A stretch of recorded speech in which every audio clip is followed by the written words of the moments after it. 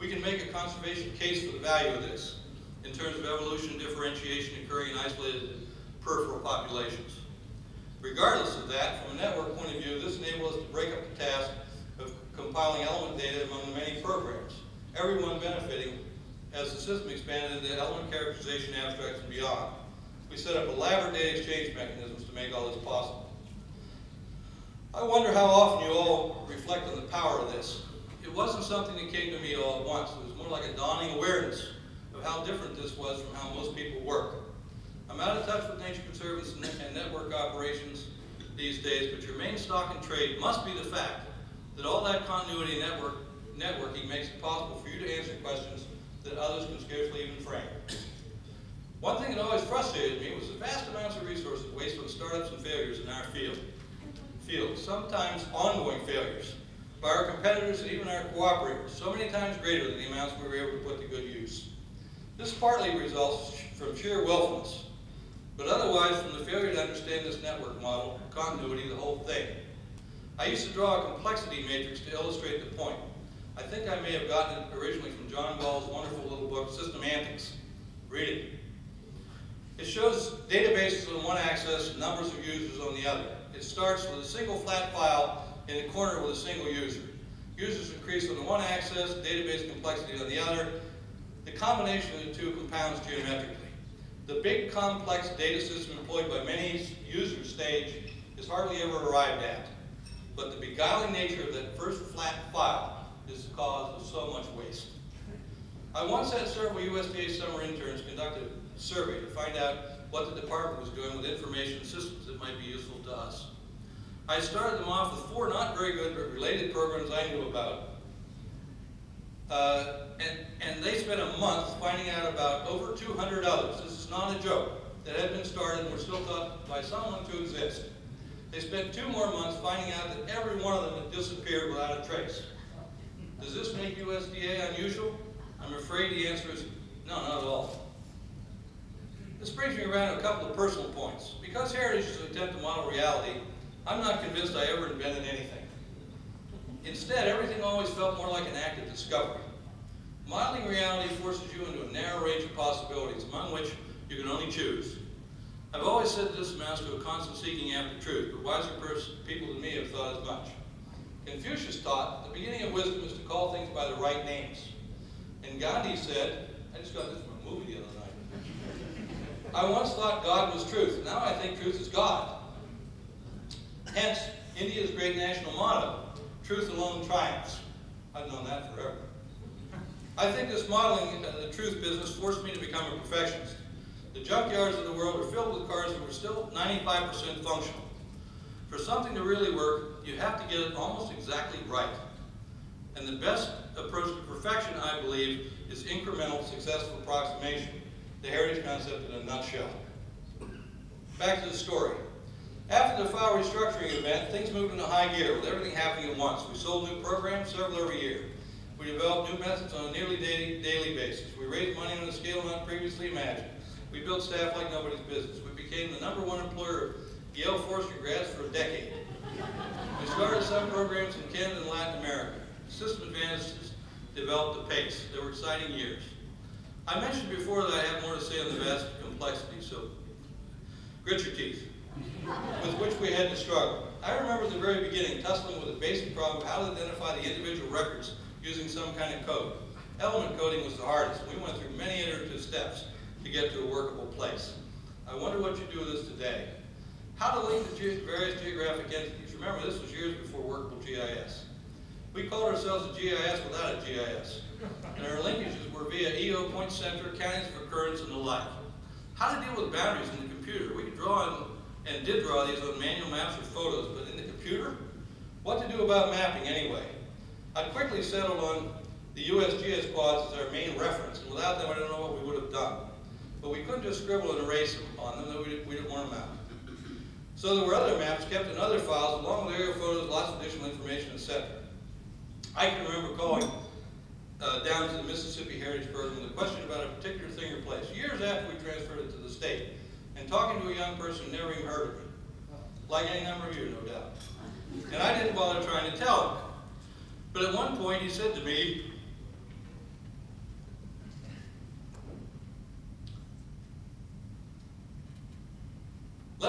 the geographic manual file.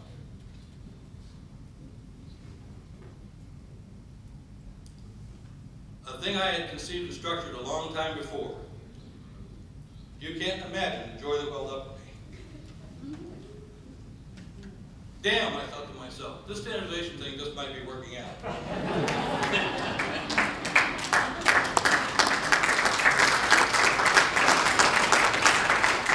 And he found the answer to my question. Something that wouldn't have been remotely possible without all the years of work in systems and standards and protocols and codes and on and on. I'll pour this on my head. And there was no one in the world outside of Heritage that could have answered that question. Anyway, I'm skipping something here. Tactless remark. I can still recall all the work I put into designing those geographic manual files in the first place. What the scope of a file should be and just what to put in it, what geographic hierarchy to use, and how to file nested information, and what protocols to use to cross-reference overlapping materials. I cycled back to this again and again, making improvements, none of them perfect.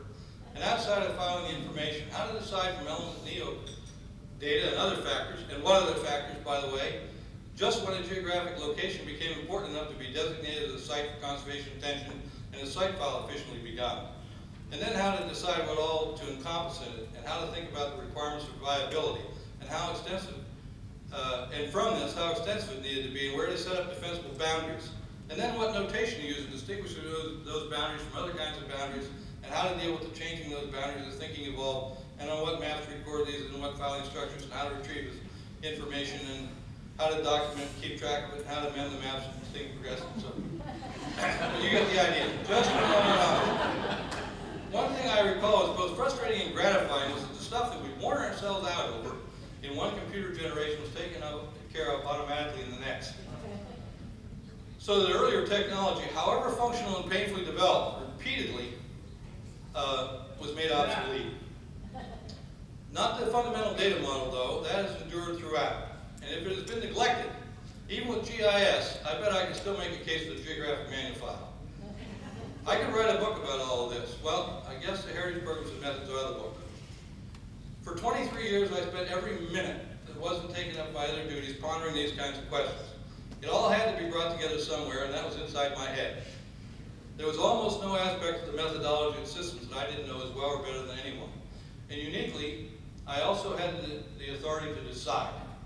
No endless debate among equally empowered. When I couldn't persuade, I just decided. Which allowed us to go fast. And this is my history with Heritage condensed. Note that a good way back I began to substitute we for I in this account because by the late 70s I wasn't alone anymore. I'd assembled a smart and dedicated staff and things became much more collaborative, though I still remained the chief synthesist and broke all the ties. In preparing this speech I've compared notes with a number of people, and among the later developments some of the things I thought were mine, one or another thinks might have been theirs instead. I know I never saw a good idea but what I shamelessly plagiarized on. Good ideas are used, right? Ben Brown claims it usually took 3 sessions to get me to agree to anything. First, I would denounce it. Second, I would think about it. And finally, I'd say give it a try. In any case, from there on, it was incrementalism on a grand scale, and I won't be able to remember or report on all the steps as if there were any time. The mainframe era was passing, the available software, or were just coming into vogue, was terribly inadequate. Helen Moisenko had left, lost to a disability from congenital heart defect. We shot mini computers, just coming on, and settled on the Hewlett-Packard 3000. We hired Ken Wright to begin programming the evolving data salamander. The 4th generation gradually came to existence. Higher, faster, stronger. I remember our first hard disk storage devices. They were as big as refrigerators, required air conditioning, cost something like $25,000 a piece, and had a capacity measured in megabytes. 25 and 50,000 stick in my mind. Random access memory was a revelation to us after the era of tape storage. Within just a couple more years, when we decided to see what we could do with the new personal computers, we found Dave Melvin and began experimenting with what eventually became our 5th generation, this time with PCs and D-Base. Rob Solomon came aboard somewhere along there, maybe as data manager for the model program. We always had one of the newer model Heritage programs that we designated as the current model, to to which we allocated additional resources for experimentation and testing. But Rob's still with you. Ask him what he did. Later on, because of his abilities and prior experience, he took the lead on all our GIS efforts. We decided we needed a computer czar to hold it together, and I hired Keith Carr, the luckiest hire of my life. He took care of the main thing I couldn't do, the computer side, all in-house, by the way, and became my co-designer, he on computers, I on methods and content. I talked to Keith recently, and he emphasized to me what a great place he thought it was to work, perhaps a lot like the old Xerox Research Center in Palo Alto. My office door was always open, as was his. People freely talked over anything and everything in their offices and halls. There was little sense of hierarchy or who worked for whom. I was no martinet and paid no attention to when people arrived for work or when they left or where they worked or what they were doing any hour, whatever day or night. Consequently, everybody worked longer and harder, albeit in a flexible way, than anything their employment contracts called for. Absolutely anyone could identify a problem or offer up an idea at any time and join the colloquy. You old guys can confirm this. I had a big office with a whiteboard and a flip chart that I called the palimpsest. We had scheduled impromptu meetings there several times a week, or sometimes every day, to hammer away at whatever the next thing was. We scribbled on the whiteboard and amended diagrams in the palimpsest till we worn out a page, then started another. Keith and I were omnipresent, but Bob Chipley, Larry Morse, Hardy Whiting, Rob Solomon, and other computer people, Lori Schwartz, Adrian Burke, various others, constituted a rotating group of regular attendees. It was a kaleidoscope, with its composition changing with time and topic. These discussions went on, and the others joked that the only reason I was in charge was because my eyes always glazed over last. We gradually began calling this dynamic seminar the Operating Procedures Group. There was turnover, of course, and the timeline has become jumbled in my mind. Some people were earlier in, some earlier out. Not everybody I'll name were strict contemporaries. That said, Jack White, our chief ecologist, and Larry Master became our chief zoologist and took the lead on the vertebrate databases, as Larry Morse did for the plants, were involved whenever they were in town. Sometimes they came just for this. Same with the other regional task force directors, Joe Jacob, Steve Chaplin, Scott Peterson, and later Ben Brown. And with the regional information managers, Margaret Orms, Audrey Goodell, Donna Snyder, Mary Jean Houston, who am I forgetting? Jan Casson, Eugenie Drayton, Robin West. I think Mary Klein when it started as a RIM, but I mainly remember her in her later roles. Hard worker she. Other sometime participants that spring to mind are Patrick Bougeron, George Fenwick, Phil Hose, Walt Matai, Renee Dagseth, David Wilco, and later Denny Grossman, and Kathy, I always call her Lemon. Good, there we go. Any state staffers that visited HQ were apt to be dragged in, and sometimes they came specifically with new suggestions. Tom Smith, Sue Crispin, Tom Breeden, Jim Muller, Tony Wilkinson leaped to mind. But it would be unfair of me to try to make a full list. If you were around then, you were involved. Each of you can probably remember things that you contributed that I thought I did. We frequently included people from other departments, especially stewardship, after I'd spun it off. Steve Butler was much involved. Bob Unash took the lead on stewardship formats and contents. I can remember Will Murray, Chuck Bassett, Tim Barnett, and Brad Northrup at various times. And I think we might have dragged Mike in there too, did we?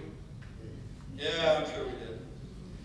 Ray Coulter and especially John Humke were in and out over the years, wearing many hats. Members of the Latin American Heritage Group came in later, especially Richard Warner, but also Shirley Keel and Luis Corrales. Oh yes, Ann Lewis, who had the responsibility on the lead responsibility of the Heritage Operations Manual, was often there to contribute and keep notes. I had a whole string of secretaries, all too good for me, ending with Ursula McGee, and the spill out of this activity often fell on them. We periodically shanghaied people from outside that we thought might have something to add.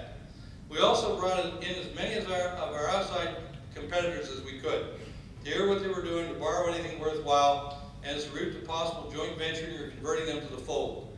There were a lot of such people and institutions, mostly just stones in our road, and representing enormous wasted resources. Another long and instructive story untold. Of all the outsiders we involved in our database, our design discussions, the one who made the most signal contribution was Kerry Walter, a BG-based fame. Just as we reached the limits of what we could do in relational databases, the intersection files were overwhelming us. Kerry introduced us to Revelation software. GIS could probably have saved us then, but it was glitchy and unaffordable at the time. Advanced revelation got us out of the bottleneck and made the 6th generation of BCD possible. Carrie should have been mentioned when the BCD won the Smithsonian Computer World Award. Over the years, these meetings dealt not just with systems and methodology, but with administrative, political, and funding matters. There were no boundaries except the focus on whatever needed to be done next. One long episode I remember vividly was when John Humke, Hardy, Phil Hose, Greg Lowe, and I put our heads together over the project protection side of things and jointly came up with the NatureServe scorecard. At about the same time that Chip and I were writing the Preserve Selection and Design Manual.